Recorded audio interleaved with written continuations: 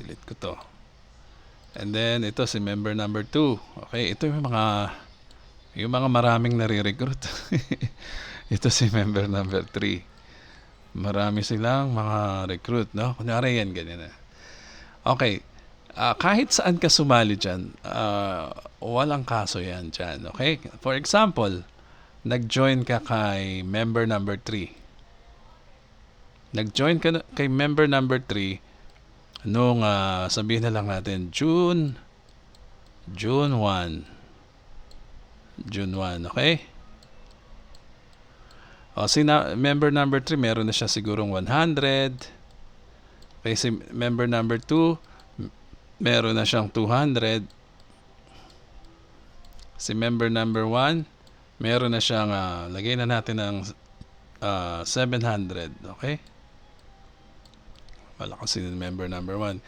Ngayon, meron na namang another member. Okay, ito, yung nag-join, June 1 nag-join. Ikaw to, no? Ikaw yan, June 1 ka.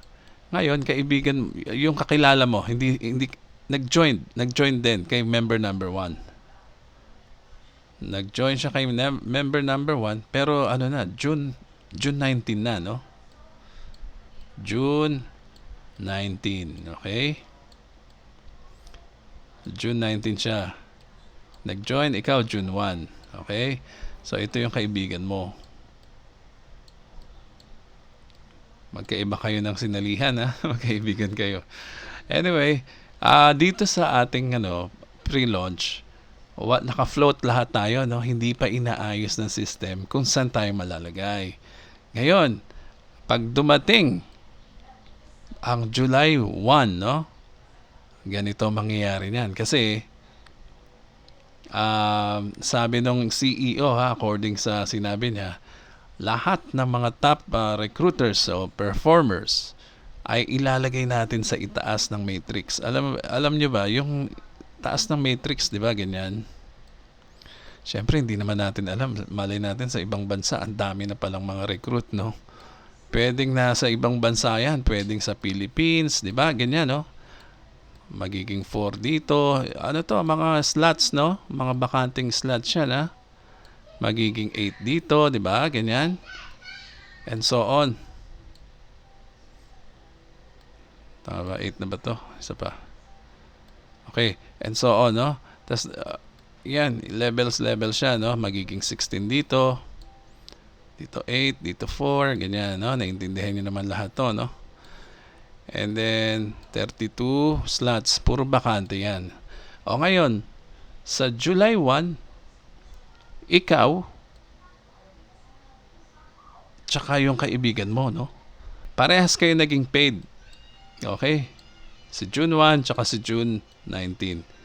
O, dito siya sa pinakamalakas na, na sumali, no? Sabi ni CEO, ilalagay niya muna yung malalakas na tao, no? Hindi natin alam kung sino yan, no? Maaring yung top 1 dyan, 1,500 ng direct. Hindi natin alam, globally, no? Worldwide dyan. And so on. Tapos dito meron taga 1,000. And then dito may 900. Hindi natin alam kung ilan ang mga recruits nila, no? Kasi free yan, worldwide nangyayari, no? Ang dami na natin, nasa 75,000 na tayo. So imagine, merong mga members sa ibang bansa na libo na siguro ang members. Hindi natin alam. So for example, ganyan nga nangyari, June 19 ka, ikaw June 1. O, itong si 700 recruits, maganda yung position niya. Nandito pa siya sa taas, dito siya napunta. Dami niya, no? Ngayon, ito si member number 3, dito siya pumatak, no?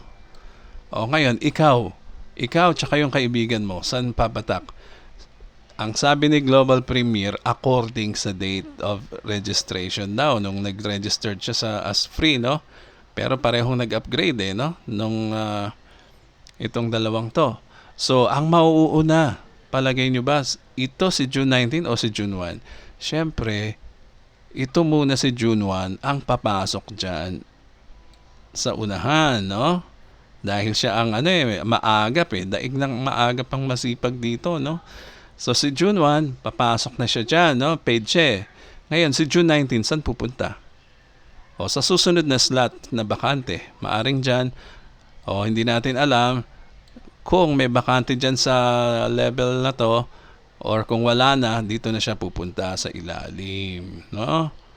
Mas priority ni Global Premier yung nauna ang date of registration. Okay? Pero sa unang gagawin niya, kaya ginawa niya muna, nilagay niya muna yung matataas ang bilang dito, no? Nilagay niya muna yung matataas ang bilang, yung mga top recruiter, no? Dito sa taas. Ang purpose niyan ay ibuhos sa ilalim.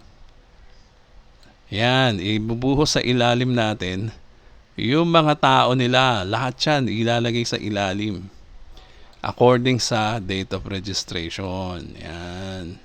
Lahat yan paid. Okay? So, ikaw, tsaka yung kaibigan mo magbe-benefit yan. Kasi maaga kayo nag-paid, no? Okay? So, ito, si June 1, kahit pahuli siya nag-paid, nasa itaas pa rin siya ni June 19. O, di ba? Kasi, according to the, date of registration nga eh. So ganyan para maintindihan nyo kung paano kayo mailalagay sa matrix, ha. So yung mga hindi paid, mananatili sila doon sa free member at hindi sila makakasama dito sa matrix. Yun lang ang difference, no? Kaya ganyan. So yan lang muna. Kung meron kayong katanungan, ito po si Edgy Garcia. Mag-message lang kayo, mag-comment at mag-subscribe na rin kayo sa channel ko. Maraming salamat po.